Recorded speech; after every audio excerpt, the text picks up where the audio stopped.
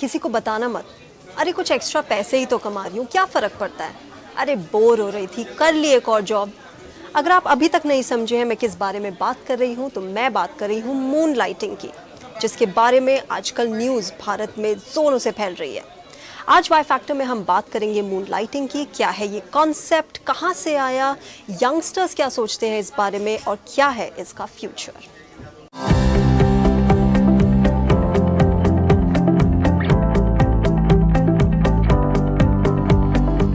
Lighting या एक नौकरी के साथ साथ दूसरी नौकरी करना कई क्षेत्रों में कई वर्षों से किया जा रहा है। हमारे ड्राइवर, सफाई कर्मी और घरेलू मदद से लेकर एडवर्टाइजर्स, पत्रकारों, शिक्षकों और डॉक्टरों तक सभी ने सालों साल मून लाइटिंग की है। हालांकि यह केवल अब है कि इस अवधारणा पर चर्चा की जा रही है और वास्तव में भारत में तकनीकी कंपनियों द्वारा इसके खिलाफ कार्यवाही की जा रही है। लेकिन अब क्यों, और आईटी क्षेत्र में ही विशेष रूप से क्यों? इसका जवाब 2019-20 में है, जब कोविड-19 महामारी ने दुनिया को हिलाकर रख दिया था और टेक उद्योग में एक साइलेंट रेवोल्यूशन हुआ था। वर्क फ्रॉम होम नया नॉर्मल हो गया और व्यक्तिगत वित्त पर भारी असर पड़ा। कुछ अतिरिक्त रुपए कमाने के लिए लोगों ने अपनी नियमित नौकरी के अलावा अतिरिक्त नौकरियां ली। लेकिन क्या मून लाइटिंग के लिए पैसा ही एकमात्र कारण है? अपने वर्तमान कौशल का संतोषजनक ढंग से उपयोग करना और खुद को अपस्किल करना भी कर्मचारियों में एक साथ दूसरी या तीसरी, यहाँ तक कि 7 नौकरियां लेने के लिए भी महत्वपूर्ण भूमिका निभाता है। अन्य कारणों में शामिल है अपना खुद का स्टार्टअप बनाना, बड़े पैमाने पर छंटनी, नियोक्ताओं द्वारा सराहने में कमी, अतिरिक्त समय का उपयोग करना और बोरियत का मुकाबला।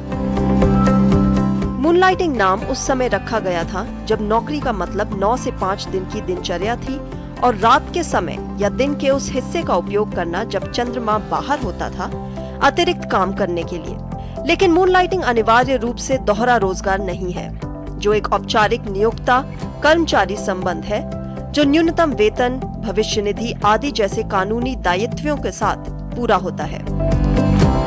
यह साइड हसल या फ्रीलांसिंग भी हो सकता है, जो प्राथमिक नियोक्ता के ज्ञान के साथ या बिना हो सकता है। मूनलाइटिंग को मुख्य रूप से 4 श्रेणियों में बांटा गया है। Blue moonlighting. मूनलाइटिंग के असफल प्रयासों को ब्लू मूनलाइटिंग कहा जाता है। एक दिन में 2 काम संभालना आसान नहीं है, जिस परिदृश्य में कर्मचारी को दोनों नौकरियों का प्रबंधन करना मुश्किल लगता है। Quarter moonlighting. हर दूसरा काम पूर्णकालिक नहीं हो सकता, यह पार्ट टाइम भी हो सकता है। क्वार्टर मूनलाइटिंग वह प्रथा है जहां एक कर्मचारी अपनी नियमित नौकरी के बाद अंशकालिक नौकरी में काम करता है। Half moonlighting. हाफ मूनलाइटिंग एक अतिरिक्त नौकरी में आवश्यकता से अधिक समय व्यतीत करना है। आमतौर पर हाफ मूनलाइटिंग शब्द का उपयोग तब किया जाता है जब कर्मचारी अपने उपलब्ध समय का 50% अंशकालिक नौकरी पर खर्च करता है। Full moonlighting. फुल मूनलाइटिंग 2 पूर्णकालिक नौकरियों को समानांतर रूप से प्रबंधित कर रहा है। कुछ व्यक्ति अपनी सामान्य नौकरियों में काम करना जारी रखते हुए अपना खुद का व्यवसाय भी बनाते हैं।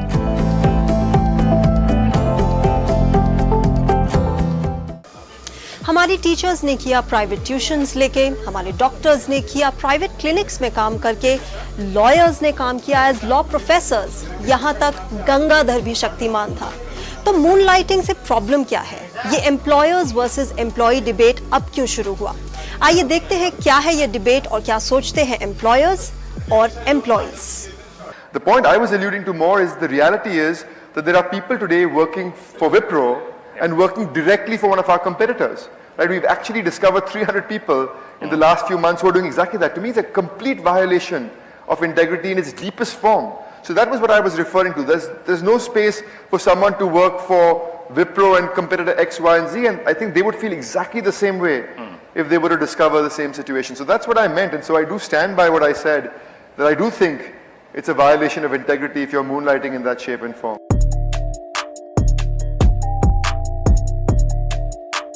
विप्रो के ऋषभ प्रेमजी ने मूनलाइटिंग को धोखा करार कर दिया और इसके चलते पिछले हफ्ते विप्रो ने अपने 300 कर्मचारियों को निकाल दिया। इसके समर्थन में कई कंपनियां सामने आईं, जबकि कुछ अन्य ने अलग टिप्पणी दी। खाद्य वितरण सेवा स्विगी मूनलाइटिंग का समर्थन करती है। कंपनी ने कहा, कोई भी परियोजना या गतिविधि जो कंपनी के समय के बाहर या सप्ताहांत पर उत्पादकता को प्रभावित किए बिना और कंपनी के हितों से ना टकराए, कर्मचारियों द्वारा किया जा सकता है। जबकि स्विगी और टेक महिंद्रा ने कहा है कि वे अपने कर्मचारियों को मून लाइटिंग में शामिल होने की अनुमति देने में आपत्ति नहीं रखते, उद्योगपति हर्ष गोयनका ने कहा, मून लाइटिंग, विप्रो बनाम स्विगी, उनकी तुलना नहीं की जा सकती।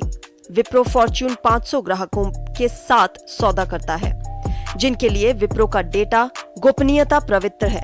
यदि ग्राहक को डेटा समझौता करने का एक दुरुस्त मौका भी मिलता है तो इसे बर्दाश्त नहीं किया जाएगा।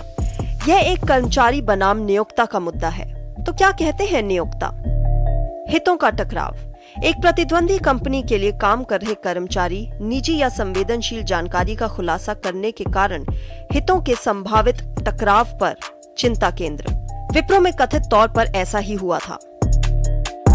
कर्मचारियों की नौकरी के प्रदर्शन के बारे में संदेह।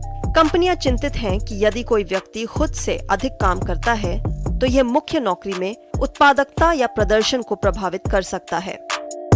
नियोक्ता के संसाधनों का दुरुपयोग। एक साइड बिजनेस के लिए कंपनी के संसाधनों जैसे लैपटॉप और सॉफ्टवेयर का उपयोग भी नियोक्ताओं द्वारा सराहा नहीं जाता। अनुपस्थिति। साइड गिग्स के लिए प्राथमिक नौकरी से छुट्टी लेना, ध्यान न देना और थकान। डबल अप करने वाले कर्मचारियों को शारीरिक और मानसिक थकान का अनुभव हो सकता है, जिसके परिणाम स्वरूप उनका ध्यान केंद्रित करने में असमर्थता, सुस्ती और अन्य स्वास्थ्य संबंधी समस्याएं होती हैं।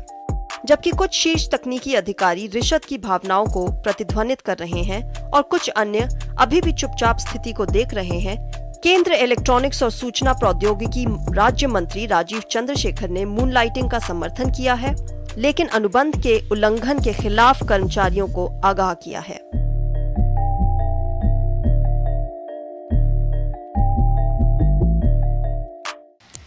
तो हम मून लाइटिंग की बात कर रहे हैं। आइए बात करते हैं स्टूडेंट्स से, जो फ्यूचर वर्कर्स होंगे, जो कोई आईटी सेक्टर में जाएगा, कि कोई और सेक्टर में जाएगा, कोई डॉक्टर बनेगा, कोई लॉयर।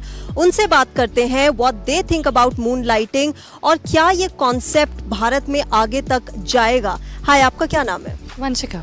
वंशिका, मून लाइटिंग के बारे में आप क्या सोचते हो? एक जॉब नहीं, दो जॉब नहीं, कभी कभी 3-7 जॉब भी लोग करते हैं।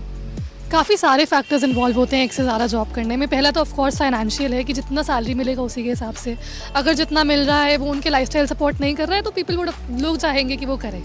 और उससे हटके भी अगर देखा जाए तो काफ़ी लोगों का पैशन होता है, तो अगर वो किसी और सेक्टर में और उनका पैशन कुछ और ही है और अगर उनमें एनर्जी बच रही है और वो वहाँ जहाँ पे काम कर रहे हैं वहाँ के रिसोर्सेज यूज़ नहीं कर रहे तो एथिकल भी है और करना भी चाहिए। तो फाइनेंशियल कंस्ट्रेंट्स एक बहुत बड़ा रीजन है of people taking up moon lighting, but उसके अलावा एक पैशन की बात भी आ जाती है, एक स्किल्स ऑप्टिमली यूज करने की बात भी आ जाती है। आप लोगों को क्या लगता है, फाइनेंशियल कंस्ट्रेंट्स के अलावा अगर पैशन की बात की जाए, अगर अपने स्टार्टअप बिल्ड करने की बात की जाए, वहाँ पे भी मून लाइटिंग बहुत लोग आज के टाइम में भी कर रहे हैं, not just in IT sector, बहुत सारे सेक्टर्स में। What do you feel about it? तो मेरा यही मानना है कि अगर मैं अपने आप को देखूं तो मुझे लिखना बहुत पसंद है। तो मैं चाहूँगी कि मैं घर आके अपने जॉब के बाद इफ़ आई गेट इनटू कोई भी कंपनी में और मैं अपनी जॉब के बाद लिखूं या अपने आप को जितना कंट्रीब्यूट कर सकती हूँ या मुझे जो पसंद है, जो मुझे खुशी दे रहा है, I would want to do that. तो मेरे को नहीं लगता कि अलग अलग जॉब करना या मूनलाइट करना कहीं पे भी गलत होगा, क्योंकि जो जिसको पसंद है एक इंसान को, उसको उसका फ्रीडम होना चाहिए कि वो जो करना चाहता है वो करे। जब अगर वो उस कंपनी को या किसी भी चीज़ के बीच में विश्वास का जो पूरा कॉन्सेप्ट है वो मेंटेन्ड है, तो जो भी इंसान अपने शील्ड से बाहर जो करना चाहता है उसको वो करने देना चाहिए।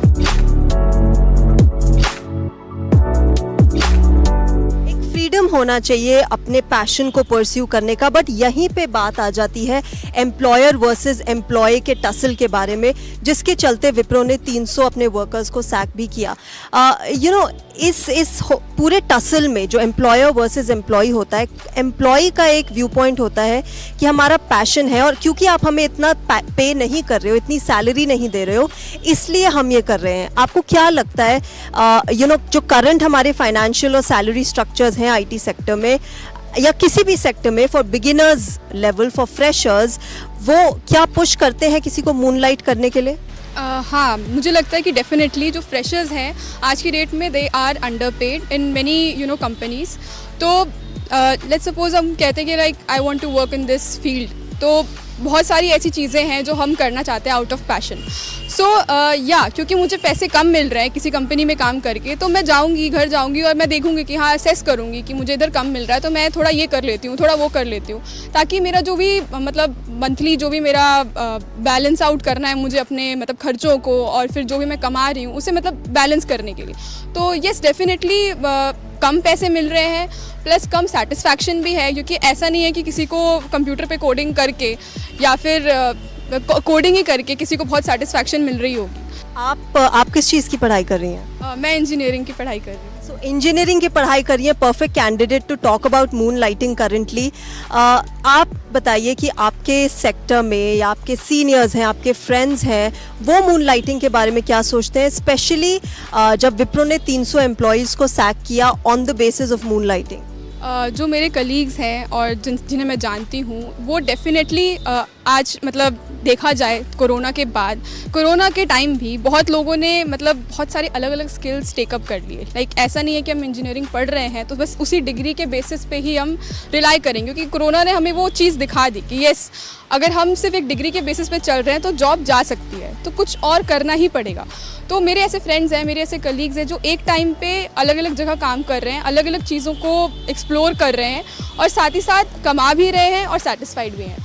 तो आई थिंक कि ये चीज़ मतलब अभी प्रेवलेंट है काफ़ी ज़्यादा फ्रेशर्स में, आई कुड से, जो मतलब हमारी जनरेशन के लोग हैं, लाइक अराउंड अभी 20 से लेके 28 के एज में, जिन्होंने एंटरप्रेन्योरशिप भी शुरू कर दिया है और फ्रीलांसिंग भी करते हैं और अपनी डिग्री का भी इस्तेमाल कर रहे हैं किसी कंपनी में जॉब लेने के लिए। अगर आप किसी बड़ी कंपनी में काम कर रहे हैं, क्या आपको साइड बाय साइड एक और जॉब या 2 और जॉब्स या मल्टीपल जॉब्स करनी चाहिए? I really believe it has 2 aspects, मतलब इसके 2 पार्ट्स हैं। एक, it depends on the individual कि इंडिविजुअल अपनी कैपेबिलिटीज़ को किस मैक्सिमम एक्सटेंट तक यूज़ करता है टू सस्टेन एक अच्छा lifestyle, because our world is becoming such that our social lives matter the most with the financial lives. We want to have a luxury life, and at the same time there are companies who feel कि नहीं, तुम लोग हमें 100% अपना skills नहीं दे रहे हो, हमारी कंपनी में तुम अच्छे से काम नहीं कर रहे हो, that's the reason कि हमारी कंपनी grow नहीं हो रही है। So I think there are 2 aspects, but in my opinion मेरे को लगता है कि ये individual पे ज़्यादा depend होना चाहिए। Obviously there should be certain rules and regulations keeping in mind the individual's capability. Individual aspect, but individual aspect तक ही सीमित है क्या moonlighting? Because you are working in a big company and you using the resources of that company, आप उनका time, energy, resources सब कुछ use कर रहे हैं। इंडिविजुअल फ्रीडम कहाँ शुरू होके ख़त्म होता है और कंपनी या कॉर्पोरेट जायंट के जो लिमिटेशंस हैं या फ्रीडम जितना वो आपको देते हैं वो कहाँ शुरू और ख़त्म होता है? मैम, मुझे लगता है कि एज लॉन्ग एज आपका ब्रीच ऑफ कॉन्ट्रैक्ट नहीं हो रहा है, when you are working for a company, आपकी लॉयल्टी है उस कंपनी की तरफ, आपको एसेट्स दिए जाते हैं, you using their laptops, you using their offices, they do expect कि आप अपना 100% उनके साथ दें, आपकी एनर्जी लेवल सेम होनी चाहिए। एंड अगर आप उसको मैनेज कर पा रहे हैं अपनी सेकेंड या थर्ड जॉब के साथ, then it's fine. But at the same point of time जब आपका कॉन्ट्रैक्ट बनता है, जब आप एक कंपनी में एम्प्लॉय होते हैं, आपके कुछ रेगुलेशंस होते हैं, कुछ सीक्रेट्स होते हैं जो आप शेयर नहीं कर सकते हैं, जो कंपनी भी नहीं चाहेगी कि ये ट्रेड हो। विद रिस्पेक्ट टू दैट, अगर आप अपने कंपनी की लॉयल्टी इंटैक्ट रख रहे हैं और आप ट्रांसपेरेंट है कंपनी के साथ, देन आई डोंट थिंक कि कोई प्रॉब्लम है। जैसे विप्रो के प्रेम जी ने बोला भी कि I am okay with transparency, but वहाँ पे प्रॉब्लम थी कि वो सीक्रेट्स ट्रेड हो रहे थे, शायद सिमिलर कंपनीज के साथ काम रहे थे, so he thought that maybe this is not nice for my company. उस हिसाब से देखा जाए तो moonlighting is something that should not be promoted. Wipro is one company जो अगेंस्ट मून लाइटिंग है, जैसे ऋषद प्रेम जी ने भी कहा, it is cheating, it is plain and simple cheating. But companies like Swiggy, Tech Mahindra वो सामने आई हैं और उन्होंने बोला है कि we support moonlighting. We are open to our workers moonlighting and taking up extra jobs as long as it is not violating our guidelines. As somebody who will enter the job market soon, आपको लगता है कि your inclination towards companies like Swiggy and Tech Mahindra will be more than maybe towards Wipro? Of course I really do feel कि जो Swiggy का policy है to kind of supporting moonlight, I really do feel कि it is not bad up to the extent कि it is when we see this it is actually going with the trend rather than against it. आप जब तक हमारी generation को देखा जाए, उन्हें कंस्ट्रेन करके रखेंगे अपॉर्चुनिटी से, उनकी बाहर की लाइफ को भी कंट्रोल करेंगे, वर्क के बाहर की लाइफ को, तो वो गलत मीन्स पे आएंगे ही आएंगे, जो कहीं ना कहीं ब्रीच ऑफ ट्रस्ट होगा कंपनी का. But at the same time अगर आप ट्रेंड के साथ चलेंगे, अपने एम्प्लॉयज़ का भी देखेंगे, उनकी जॉब सेटिस्फैक्शन का भी सोचेंगे, तो ये चांसेस कम होंगे ब्रीच ऑफ ट्रस्ट के. एक इंटरेस्टिंग पॉइंट ये भी है कि हमारी जनरेशन के लिए उतने फाइनेंशियल कंस्ट्रेंट्स नहीं हैं जितने perhaps for our parents generation या फिर उनके पहले हमारे ग्रैंड पेरेंट्स की generation. Now they were taking up multiple jobs for sustenance of the family, परिवार के लिए. पर हमारे लिए ऐसे कोई कंस्ट्रेंट नहीं है. फिर भी यंगस्टर्स मूनलाइट कर रहे हैं, दो या दो से ज़्यादा जॉब्स ले रहे हैं, simply because they want to follow their passion. Do you think that's right and do you think that's the future ahead now? Definitely, because I really feel कि अगर कोई पैसे के पीछे नहीं भाग रहा तो वो डेफिनेटली पैशन के पीछे भाग रहा है. वो चाहता है कि even if it's me, I just don't want to be a part of some government job only. I want to do something else. Maybe I like to draw, maybe I like to sing, or maybe anything like we said, influencer बनना, vlogs वगैरह बनाना. So that is okay. मतलब passion is something you should follow because I think the satisfaction एक इंसान को जब मिलती होगी रात को, जब वो सोता होगा कि हाँ मैं कमा भी रहा हूँ और मैंने जो मुझे पैशनेट हूँ जिस चीज़ के बारे में, I am giving my 100% as a human being, as what I really feel for myself. So I think passion is something definitely one should follow. And if is मतलब पैशन के लिए कोई moonlight कर रहा है, then I think it's perfectly all right. I think वहीं पे वो टसल आ जाता है and that's where the clarity is not there probably बहुत सारी कंपनीज में, स्पेशली इंडिया में, कि creative and corporate can go together but corporate and corporate can perhaps not go together. Ma'am that's what's happened in Wipro right, because उनको यही लगा कि breach of contract हो रहा है, हमारे कंपनी के एसेट्स यूज़ करने के बावजूद हमारे जो एम्प्लॉयज़ हैं they are not being loyal to us, वो हमें अपना 100% टाइम नहीं दे रहे हैं. And maybe they also thought कि सीक्रेट्स रिवील हो रहे हैं, जो कंपनी के इंटरनल मैटर्स है they are getting reveal to other companies, which for an employer is very scary, because वो अपना हार्ट एंड सोल लगाता है एक कंपनी को बिल्ड करने के लिए, एम्प्लॉयज़ को हायर करने के लिए, एंड ही एक्चुअली डिजर्व्स इतना रिस्पेक्ट कि उसकी कंपनी के जो सीक्रेट्स हैं, उनकी कंपनी के जो वर्किंग रिलेशनशिप्स है, they should be intact if he is hiring somebody to work there. So with respect to that, moonlight should not be promoted, but at the same point of time if you are not doing that, if you're just following your passion, if you're just creating something out of your own will which is not harming anybody, किसी की company को कोई नुकसान नहीं हो रहा है, then I think it's a very good thing, because आज के ज़माने में कोई पैसों के लिए ज़्यादा काम नहीं कर रहा है, because our parents have worked at a certain level कि हम लोगों को काफ़ी अच्छी सिचुएशन उन्होंने घर पे दी है कि खाने पीने की ऐसी सिचुएशन नहीं है. But if now creators are coming up, content creators are coming up, वो जो क्रिएटिविटी जहाँ से आती है that actually explains a lot कि अब हमारी creative side as a society भी बहुत ज़्यादा डेवलप हो रही है, which is very nice.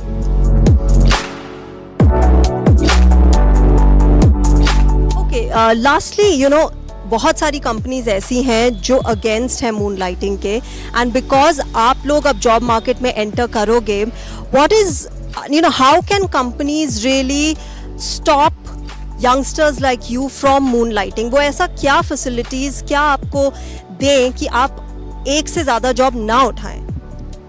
Individual पे डिपेंड करता है ऑफ कोर्स. तो इसके भी दो एस्पेक्ट्स हैं. One is of course there are people who are working for sustenance, कि they need a certain amount, उतने पैसे उनके पास चाहिए कि वो अपनी फैमिली को सस्टेन कर पाएँ, खुद को रेंट दे पाएँ, सब कुछ. तो जो लोग सिर्फ फाइनेंशियल रीजंस के लिए मूनलाइट कर रहे हैं, अगर उनका सैलरी पैकेज बढ़ जाए तो वो नहीं करेंगे, which is as simple as that. If they get enough money from the first job, they won't do the second one.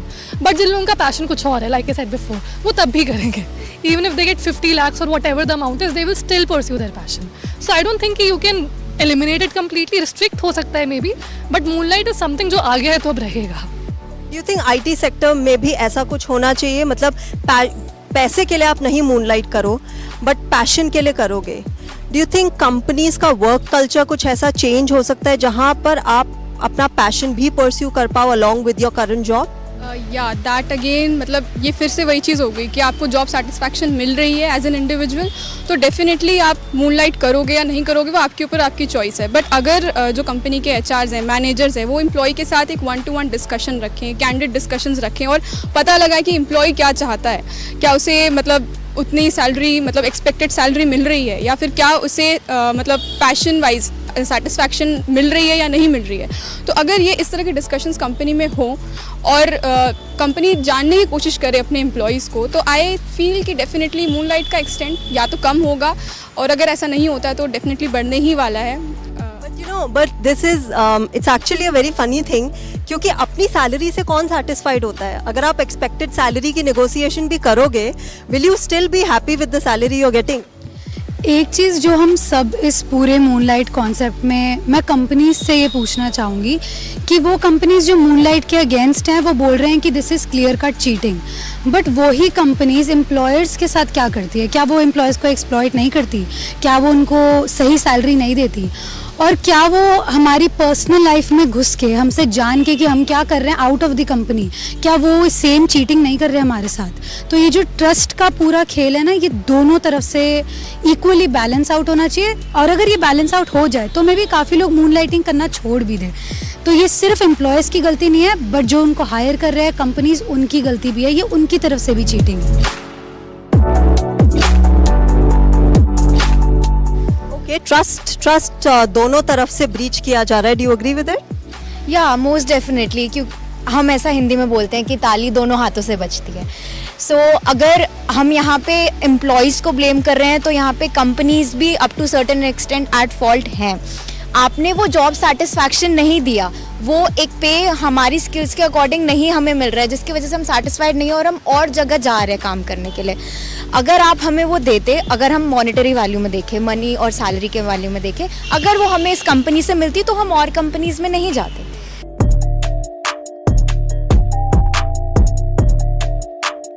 Wipro ने मूनलाइटिंग के लिए अपने 300 कर्मचारियों को बर्खास्त कर दिया और अध्यक्ष ऋषभ प्रेम जी ने इसे अपने सबसे गहरे रूप में अखंडता का पूर्ण उल्लंघन कहा. इस कदम ने भारत में मूनलाइटिंग की वैधता पर एक बहस शुरू कर दी है.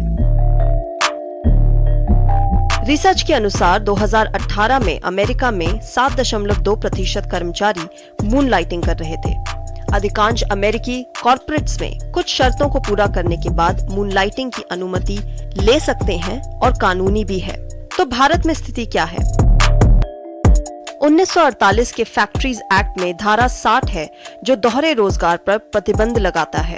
जब तक अन्यथा निर्दिष्ट न हो, किसी भी श्रमिक को किसी भी कारखाने में काम करने के लिए मजबूर या अनुमति नहीं दी जानी चाहिए. 1946 का industrial employment standing order act औद्योगिक प्रतिष्ठानों में नियोक्ताओं को इस अधिनियम द्वारा रोजगार की शर्तों को स्पष्ट रूप से परिभाषित करने और प्रमाणीकरण के लिए प्रमाणन प्राधिकरण को प्रस्ताव स्थायी आदेश प्रस्तुत करने की आवश्यकता है.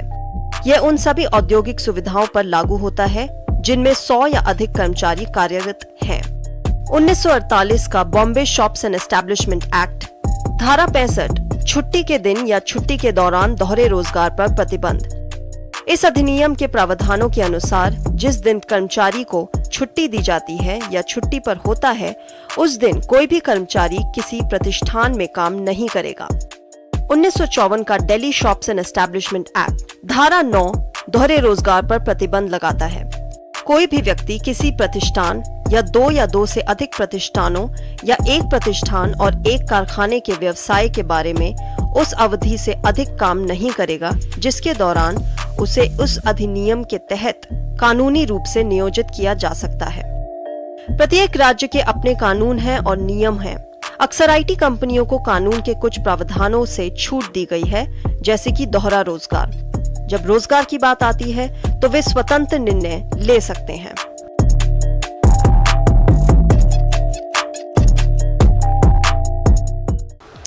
मूनलाइटिंग एथिकल है या अनएथिकल, लीगल है या इलीगल, भारत में ये कैसे पैन आउट करता है हमें देखना पड़ेगा। पर एक चीज है बहुत क्लियर, और वो ये है कि भारत के युवा अपने पैशन को फॉलो करेंगे और बहुत फियर्सली फॉलो करेंगे।